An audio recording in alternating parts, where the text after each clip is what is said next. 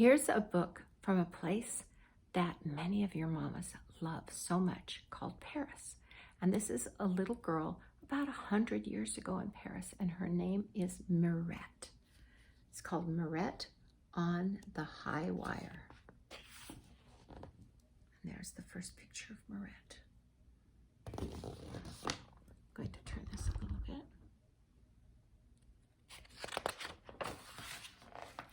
And here's another picture. It's showing what it looked like 100 years ago. That's how men dressed. See how he has a long black coat and a tall black hat? And this is how Mirette, the girl, is dressed. And look at this woman. She's wearing a bonnet and a long shawl and a long skirt. That's how they dressed. 100 years ago in Paris, when theaters and music halls drew traveling players from all over the world, the best place to stay was at the Widow Gâteau's, a boarding house on English Street. Acrobats, jugglers, actors, and mimes from as far away as Moscow and New York reclined on the widow's feather mattresses and devoured her kidney stews.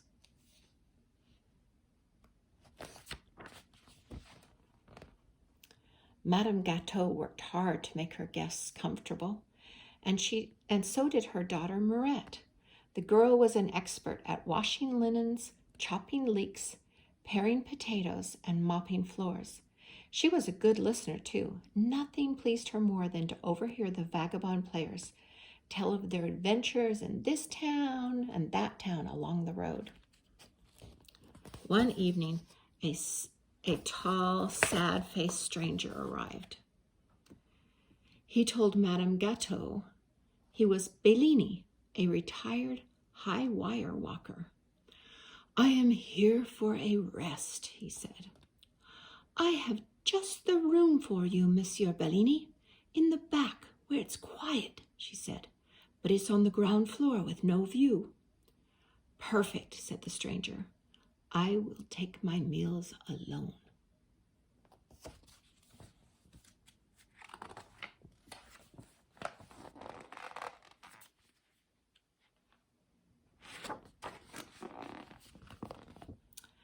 The next afternoon, when Mirette came for sheets, there was the stranger crossing the courtyard on air. Mirette was enchanted. Of all the things a person could do, this must be the most magical. Her feet tingled as if they wanted to jump up on the wire beside Bellini. Is it really a wire? You know what he's walking on? The clothesline. When you'd hang your clothes out to dry, he was walking on that line. Mirette worked up the courage to speak. "Excuse me, Monsieur Bellini, I want to learn to do that," she cried. Bellini sighed. "That would not be a good idea," he said. "Once you start, your feet are never happy again on the ground." "Oh, please teach me," Mirette begged. "My feet are already unhappy on the ground." But he shook his head. Mirette watched him every day. He would slide his feet onto the wire, cast his eyes ahead, and cross without ever looking down, as if in a trance.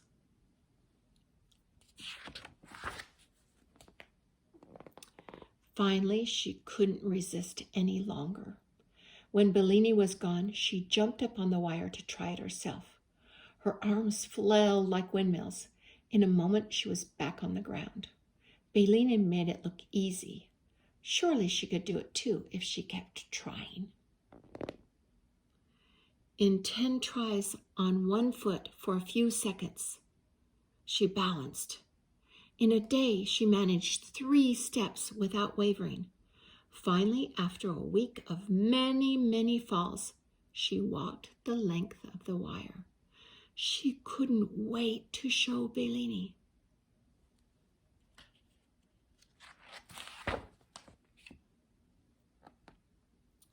He was silent for a long time. Then he said, "In the beginning, everyone falls. Most give up, but you kept trying. Perhaps you have talent as well." "Oh, thank you," said Mirette. She got up 2 hours earlier every day to finish her chores before the sun shone in the courtyard. The rest of the day was for lessons and practice.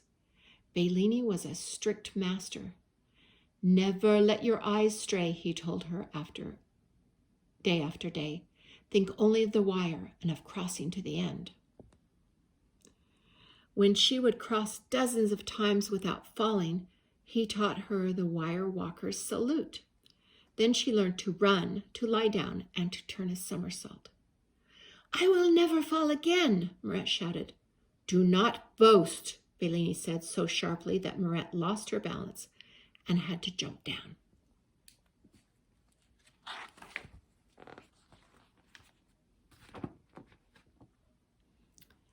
One night, an agent from Astley's Hippodrome in London rented a room.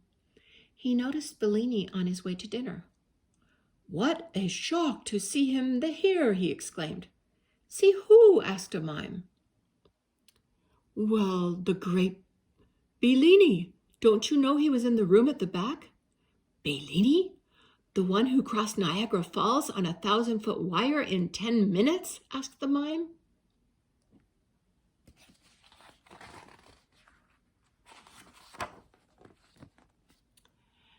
And on the way back, he stopped in the middle to cook an omelet on a stove full of live coals.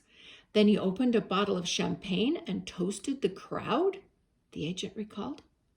"My uncle used to talk about that," said the juggler. Bellini crossed the Alps with baskets tied to his feet, fired a cannon over the bullring in Barcelona, walked a flaming wire wearing a blindfold in Naples. "The man had the nerves of an iceberg," the agent said.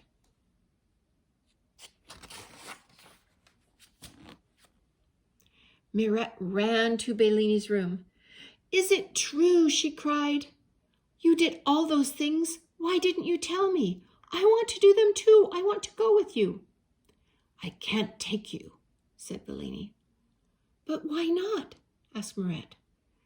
Bellini hesitated a long time. "Because I am afraid," he said at last.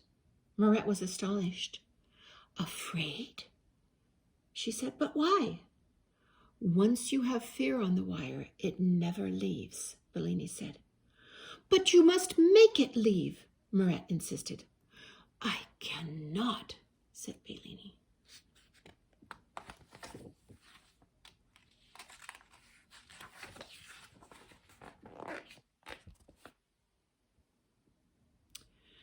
Mirette turned and ran to the kitchen as tears sprang to her eyes.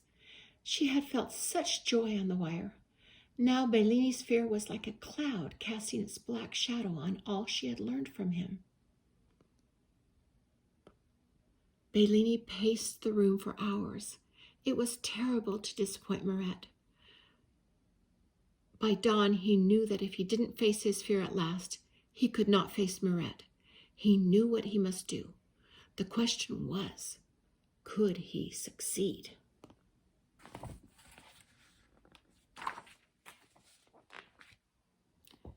That night, when the agent returned, Bellini was waiting for him.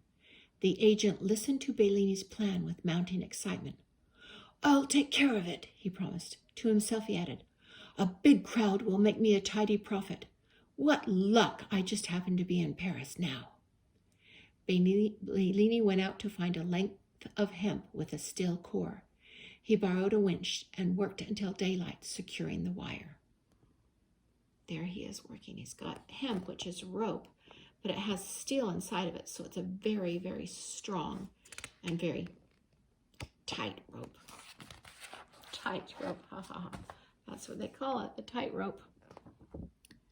The next evening, Mirette heard the commotion in the street. "Go and see what it is," her mother said. "Maybe it will cheer you up." In the square was a hubbub. The crowd was so thick she couldn't see, at first, that the agent was aiming a spotlight at the sky. "The return of the great Bellini!" he was yelling. Could it be? Mirette's heart hammered in her chest. There's the spotlight. And there he is, way up in the air, over all the people in the street, up so high.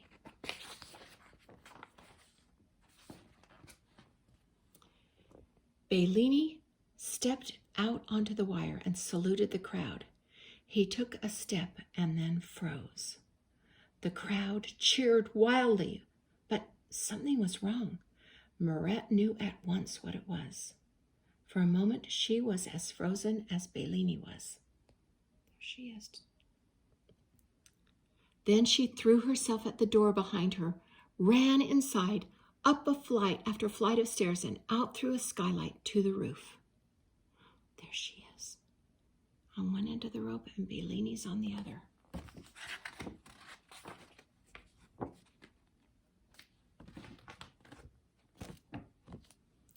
She stretched out her hands to Bellini. He smiled and began to walk toward her.